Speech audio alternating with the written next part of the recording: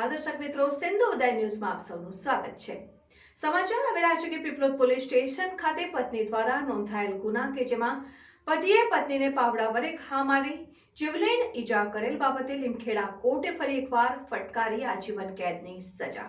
લીમખેડા કોર્ટે ફરી એકવાર ફટકારી આજીવન કેદની સજા। તારીખ 12મી ઓગસ્ટ 2021ના રોજ પીપલોદ પોલીસ સ્ટેશનમાં લીલાબેન બળવંતભાઈ ડાયરાએ બાબુભાઈ સોનાભાઈ ડાયરા વિરુદ્ધ ફરિયાદ આપેલ કે બાબુભાઈ સોનાભાઈ ડાયરાએ અચાનક ઉશ્કેરાઈ જઈ લીલાબેનને માથાના ભાગે પાવડાના ઘા મારી જીવલેણ ઈજા પહોંચાડેલ। ત્યારબાદ લીલાબેનનું પ્રાથમિક સારવાર બાદ મોત નીપજેલ ને આ બાબતનો કેસ લીમખેડા એડિશનલ ડિસ્ટ્રિક્ટ કોર્ટમાં ચાલતો હતો, જેનો તારીખ 5મી જાન્યુઆરી 2024ના રોજ ચુકાદો આવતા આરોપી બાબુભાઈ સોનાભાઈ ડાયરાને લીમખેડા એડિશનલ ડિસ્ટ્રિક્ટ કોર્ટના જજની સામે સરકારી વકીલ શૈલેષ તડવીની રજૂઆતને ધ્યાને લઈ આરોપીને આજીવન કેદની સજા કરેલ અને ₹10,000નો દંડ અને જો દંડ ના ભરે તો 6 માસની સાદી કેદની સજા કરેલ છે।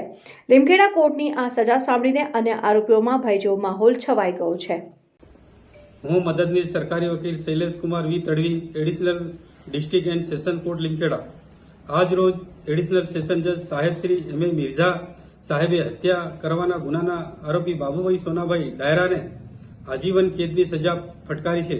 ફરિયાદની ટૂંકમાં હકીકત એવી છે કે આ કામના ફરિયાદી તથા ગુજરનાર લાલીબેન એમ બંને જણા ખેતરમાં ખાતર મૂકવા માટે જતા હતા। તે વખતે બાબુ સોના ડાયરાના ઘરના આંગણામાં જતા બાબુ સોના ડાયરાએ લાલીબેનને માથાના ભાગે પાવડાના ઘા મારી ગંભીર ઈજા પહોંચાડતા લાલીબેનને પ્રથમ પીપલોદ સરકારી દવાખાને ત્યારબાદ ગોધરા સરકારી દવાખાને લઈ જતા મરણ ગયેલ।